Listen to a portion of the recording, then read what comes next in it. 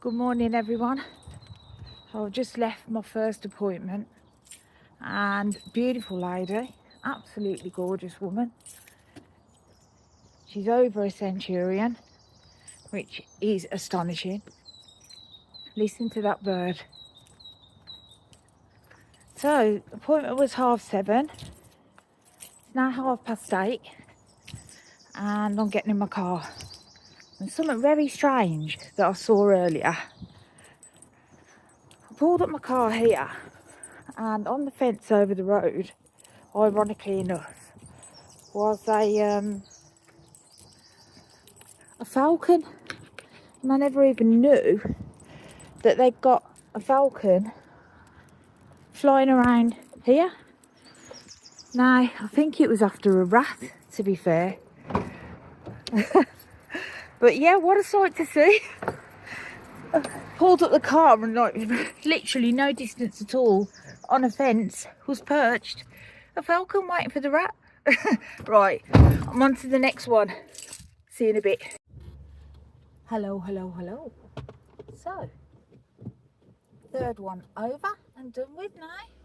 Just gone for a lovely walk down to the Warwick racecourse, and it's been really pleasurable, I have to say.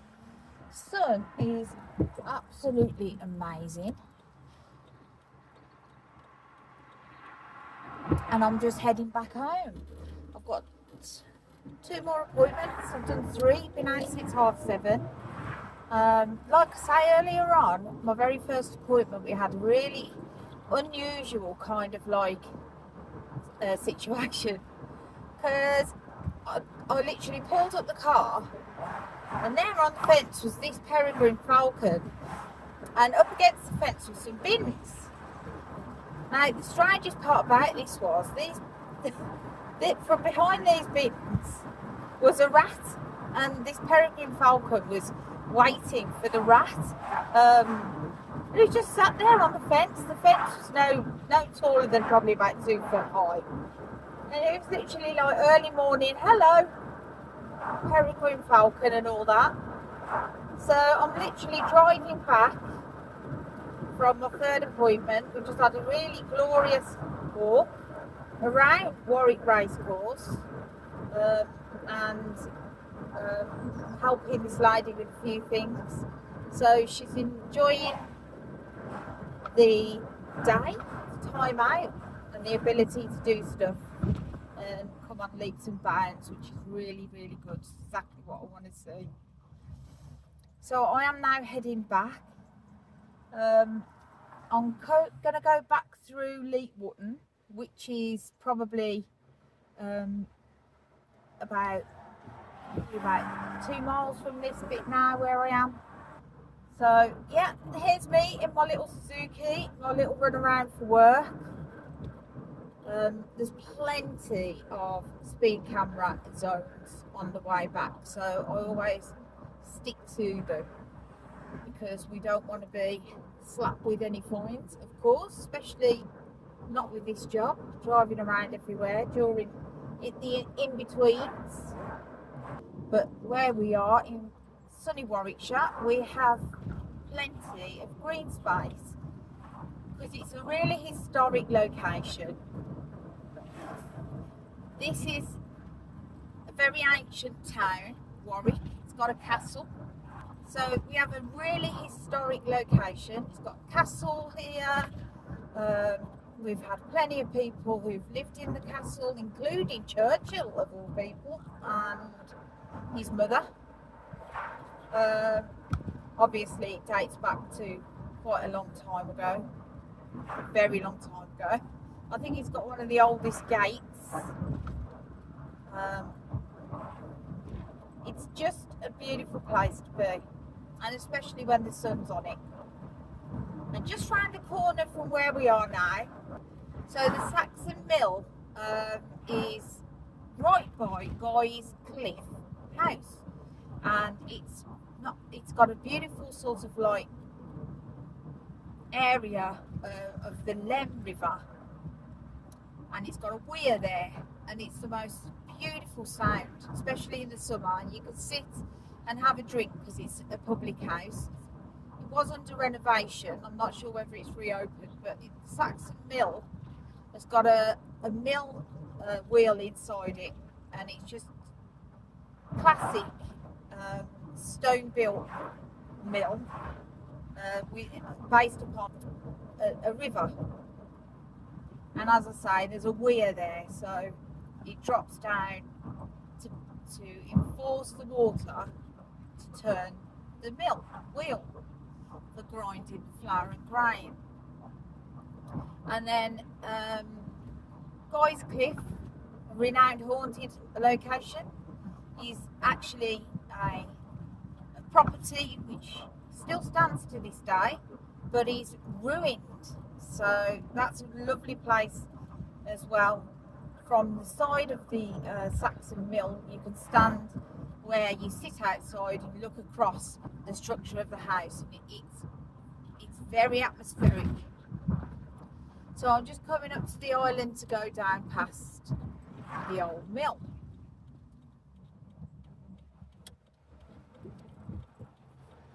I will say it's 21 degrees today, but I feel as if it's hotter. Very early part of April. I think we're winning, guys, UK weather-wise. So all of this on this side is the Guy's Cliff Centre with Guy's Cliff property. And then as you get just past there now, on the right hand side is the beautiful Saxon Mill. One of the days I'll take you down there and show you the beauty of it. It's very higgledy-piggledy inside, lots of different layers. But it's a beautiful building. Oh yeah, it's open. Yeah, and it's almost like Cotswold stone, not the sandstone that you usually find in Kenilworth. Because as you drive into Kenilworth, or even Leigh-Wotton, there's 1,000,001 properties. Oh, there's a police car right ahead. Looks like he's pulled somebody over. What was I saying about speeding? Yeah, pulled somebody over. Oh no, there's been a smash. It's a Range Rover all smashed up. That's not good. Well, as we get into Leigh-Wotton, which is where I'm actually going right now, Leigh-Wotton is a little tiny sort of like village laced with thatched cottages. Now these thatched cottages have got a mixture of sandstone, thatch. Some of them are on the actual side of the road, and the others are up the hill a little bit. And there's a lovely church as you go up the steep walkway. Beautiful church. When we get through Leigh-Wotton, there is a police headquarters there, just tucked behind these thatched cottages. There you go.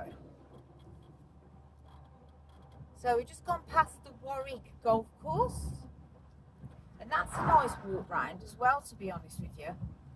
Some of these thatched cottages along here, they look like Hansel and Gretel cottages. They're that tiny, and they're like tucked right on the edge of the road. So if you ever come into Leigh-Wotton, you'll have to keep your eye open, because it's almost like they're under hedgerows. They're that low.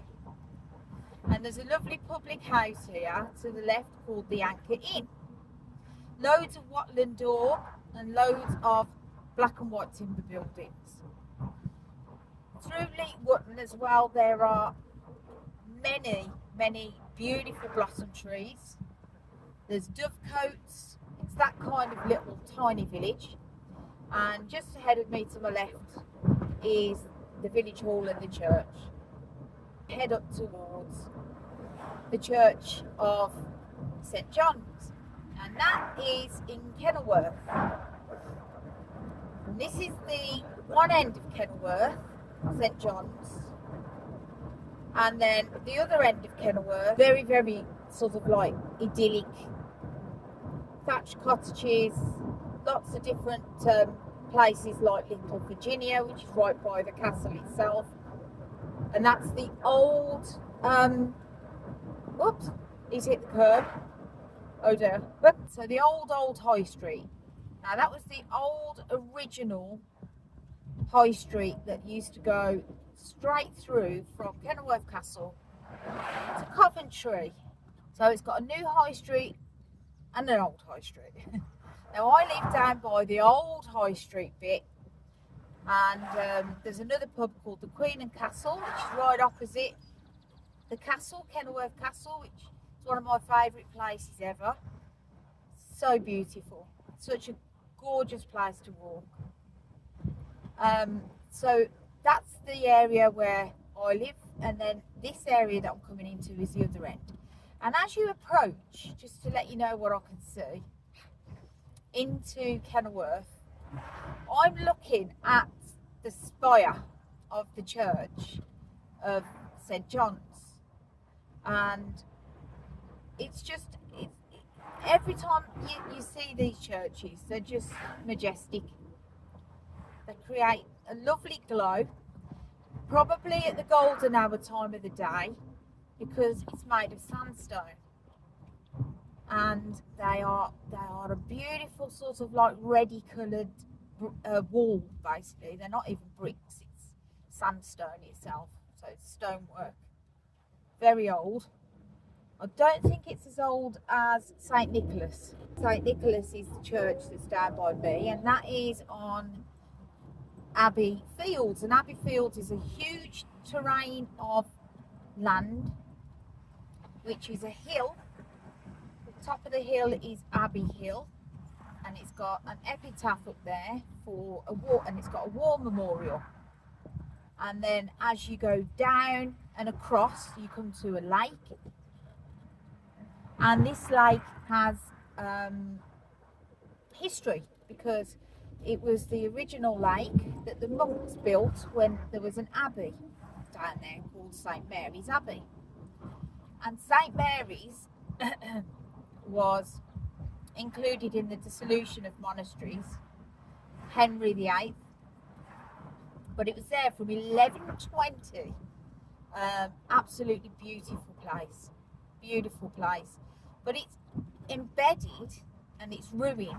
There's a little bit of ruin there, so there's a tiny weeny bit of ruin. Literally the old gatehouse is there still, but the bulk of it is actually in the grounds of the new church, and the new church was built in 1275, but the church itself was also used by Cromwell when the worst of the worst was occurring. There was 2 sieges there, but he used it to house his men when they were battling away with rebels, and he made such a mess of it, he got charged £25